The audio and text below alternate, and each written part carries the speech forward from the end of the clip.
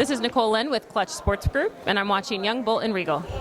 Sure. NIL, or name, image, and likeness, has really changed the trajectory for sports going forward, and it's amazing for our athletes. You know, we are still fighting for pay for play, so not to be confused. Those two things are very different, but it's important for our guys to be able to make money off of their own brand. These are brands that many of them have built since they were 5 years old. So whether that's a YouTube channel or signing autographs or doing an appearance, we should not be prohibiting them from putting money in their pocket and food on their family's table.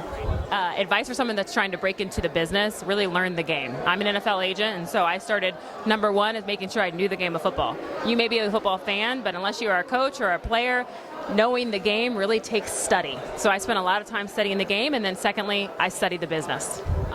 Usually athletes are asking me about my experience, right? You know, how many contracts have I negotiated? Have I represented players with maybe similar stats or at a similar position? And so I'm usually providing them several comps and really just having to lay out my resume and say, hey, I've been here before. This is not my first rodeo.